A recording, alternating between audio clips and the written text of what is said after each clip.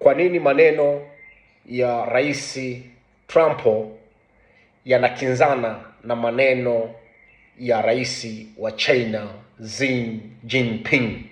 Trump alituaminisha kwa kutuambia hivi, zile meli zilizopita za China pamoja na Iran, yeye kimtazamo wake walizifungua kutokana na maelezo ambayo rais wa China Xi Jinping waliongea na Trump wakakubaliana. Tena yeye alisema kwamba rais wa China ndio aliyesema kwamba watasitisha kuisaidia nchi ya Iran kimasuala ya kisiasa na kivita.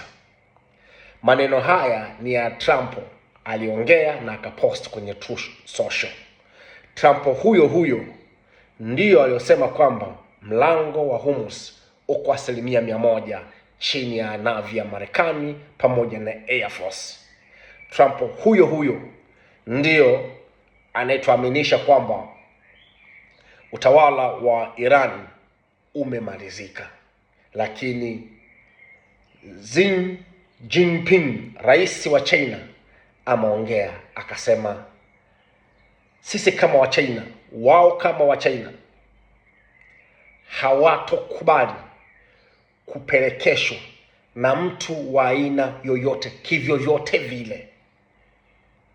kivyovyote vile.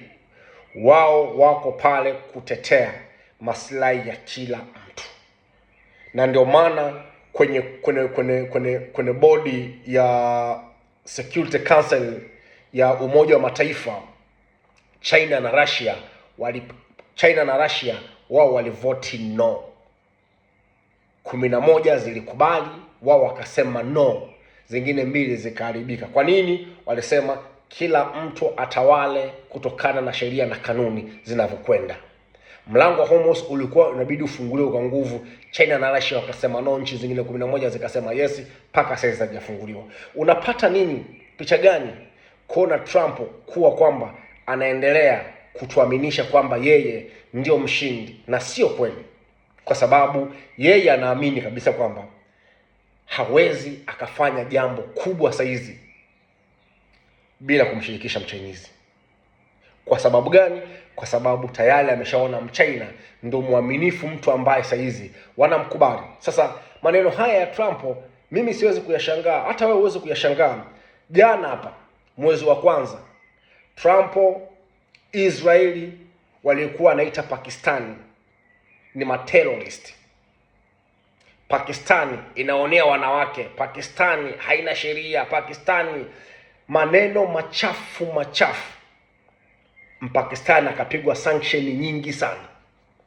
Lakini leo hii kwenye vita vya siku 45 Trump anamtumia Mpakistani, mtu ambaye anamuita ni terrorist, mtu ambaye anamuita anaenda kinyume na haki za kibinadamu, kwenda kumuunganisha, kumuombea msamaha kwa Muirani.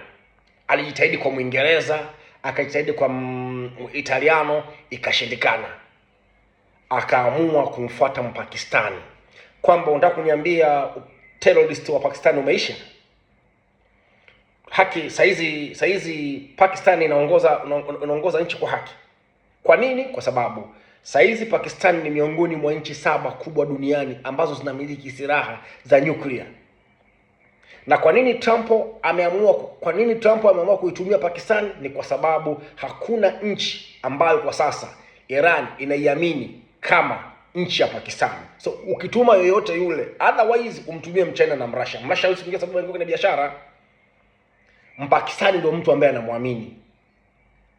Mazungumzo ya kwanza yalienda yakashindikana, na inasemekana ilishindikana kwa sababu rais wa Israeli walikubaliana na bodi yake na waziri mkuu Netanyahu, wakasema kwamba bane, sisi lazima mkubaliane na matakwa yetu. Kikao kikavurugika kwa staili hiyo. Na ndio maana mimi nilikwambia ingekuwa ni Marekani peke yake, hichi kikao kimeshaisha. Lazima ujiulize swali, kwa nini Marekani inaendelea kuforce ceasefire amani, amani, amani, amani. Kwa sababu gani? Tayari hataki kuonekana kama akashindwa, ili anaanza kuifunika, kuimaski, kuifunika dunia, tuonekana kama yeye ni mpenda amani. Sio kweli.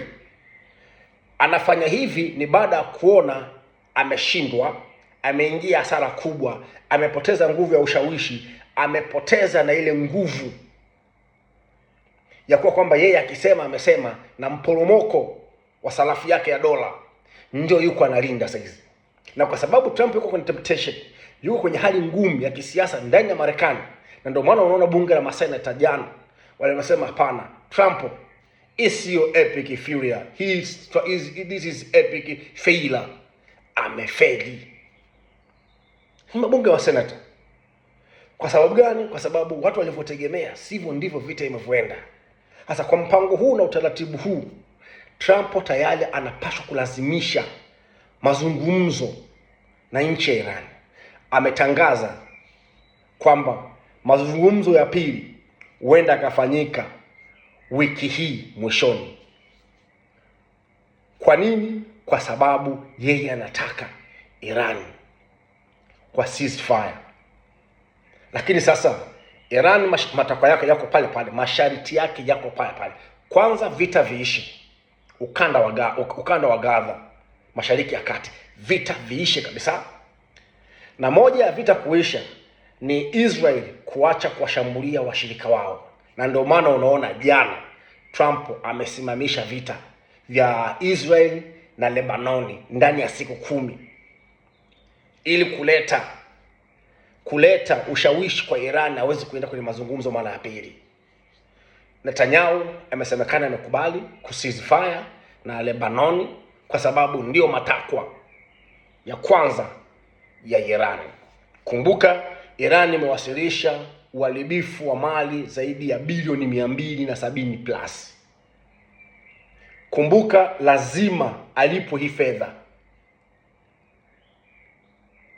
Mlango wa Hormuz wenye tayari automatically. Hii haikubali. Hii hata kuna mazungumzo ya kwanza ilikubaliwa. Tatizo lilikuwa ni Marekani alitaka na yeye pia apewe fedha. Wakakataa Iran, wakasema no, huu mfereji tunaochangia sisi pamoja na Oman tutachangia, tutagawana pesa sisi na Oman, wewe haumo. Sasa utaona jinsi gani kwamba Iran ameshinda hii vita kwa njia moja ama njia nyingine direct, kwa sababu mpaka sasa hizi wachambuzi wa siasa wanaendelea kufanya tathmini ya uharibifu. Ilikuwa bilioni 30 mpaka 40, sasa hizi tunatafuta 45. Ni ndege zaidi ya 44 plus na MQ-9 na hizo MQ-4 hizo drone zao zimeharibika. Ni anguko kubwa sana. Na sera za Marekani wanasiasa wanasema kwamba tumepoteza ile thamani yetu kama Wamarekani. Sasa tunaona kama vile ni watu wahuni, nchi ya watapeli, nchi ambayo haieleweki, nchi ambayo inaongozwa mtu akijisikia. Ndivyo muonekano sasa hizi. Sasa kitendo hicho ambacho tayari kimefanywa na Donald Trump inabidi ajisafishe, na kujisafisha kwake sasa hizi lazima aaminishe, ailazimishe Iran kwenda kwenye mazungumzo pasipo kuleta masharti yake. Masharti yake 15 yalipigwa chini. Lazima yeye akubaliane na hiyo hali. Sasa na yeye anasema kwamba huenda na yeye akashiriki katika mazungumzo ili kuweza kusaini vizuri. Sasa ndugu zanguni, kushinda vita sio tu paka uone watu wameangusha Marekani chini. No, kitendo cha kushusha biashara ya kufanyika na ununuzi wa dola kutoka kwa 71% mpaka 57%. Kitendo cha washirika wa Marekani saizi Mkorea kaskazini na kusini, North na South Korea wako kwenye mikakati mizuri ya kupatana vile vita viishe. Rais wa China na waziri kutoka Taiwan